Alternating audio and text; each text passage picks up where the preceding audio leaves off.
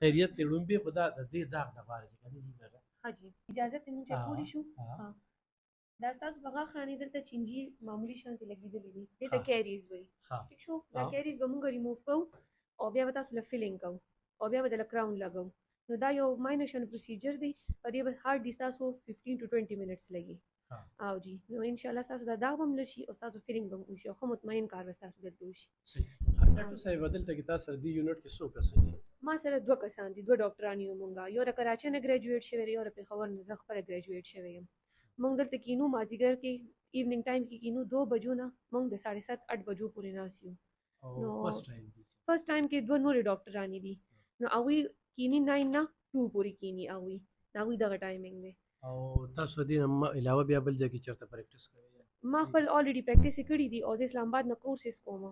او جی سی اینډ اورتو ما سٹارټ کړي دي هغه کوم او بل ډاکټر هغه هم خپل کلینیک هر څه کوي هغه هم کینی دلته اور موږ سره خپل نور کورسونه هم کوو او موږ دلته کې وایي چې تاسو موږ ډېر ښه علاج وکړو چې تاسو مطمئن شئ او دلته په 400 کې تاسو سره پېښور اسلام آباد والا کارونه دلته په 400 کې ډېرو زنانو جي غاښونه درد کوي نو بس ویو باسه او بس ویې تې باسي که نه نو لکه دا د دې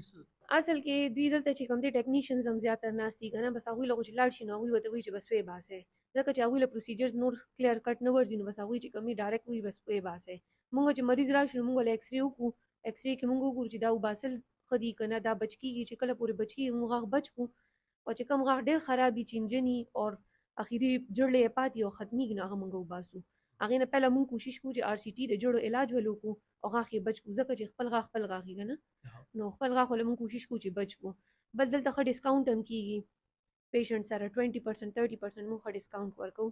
کار هم ښه مطمئن نو دلته ښه سټیرلایزیشن د صفحې هر څه خیال ساتي خو غاښ لګوي څوک غاښ ولې لګولی شي او جی موږ دلته چې کوم دی ډفرنټ پروسیجر دي د جوړو علاج هم کېږي دلته غاښ هم وباسلی کېږي ډکونه هم کېږي هغې نه علاوه چې کوم غاښ وباسو نو هغې په ځای بل غاښ هم لګولی شو چې کوم غاښ خراب وي د هغې دپاسه کراونز هم لګولی شو دلته چې کوم غاښونه کاږه واږه هغه هم ټیک کېږي دلته هر ډاکټر شته هر کار اویلیبلیټي شته هر کار ټیک کېدی شي صحیح ډېره زیاته مننه کوم ګرانو کتونکو دا الخدمت اسپتال دی دا یو معیاري اسپتال دی دلته کې چې څنګه د ډیلیوري ورسره د آی دغه شانتي د ډینټل یونټ چې کومه ده ډېره فعال ده او ډېرې تکړه ډاکټرانې دي او په خاصه توګه زنانه هغوی چې راځي نو د زنانو لپاره دا بېله یونټ ده او دلته کې صرف زه وینم دې وخت کې 3 زنانه چې کوم دی نو کار کوي او ډاکټر صاحبه په خپله موجوده ده نو ستاسو د غاښ څه مسله وي نو بالکل دلته کې راشئ چې 20 او یا 30% تاسو رعایت کېږي نو دا ډېره زبردسته ده برخل موږ به ترې خپله پیدو چتو او خو دا په دې نه چې زه تا ولې ویډیو کړله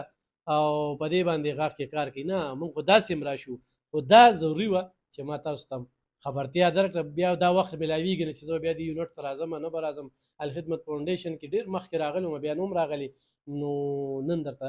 دا ښیو د خلکو ته څه میسیج ورکوي چې دغه زنانو ته هغه نارینو ته د غاښونو چې کوم کارونه تاسو د کوم کارونو دپاره خبر نه یې او نور ځینې ته ځئ پېښور ته ځئ هغې لپاره کړو وي اسلام آباد ته ځئ نو هغه کارونه اوس دلته کې اویلیبل دي هغه تاسو دلته کې مچیف کولی شئ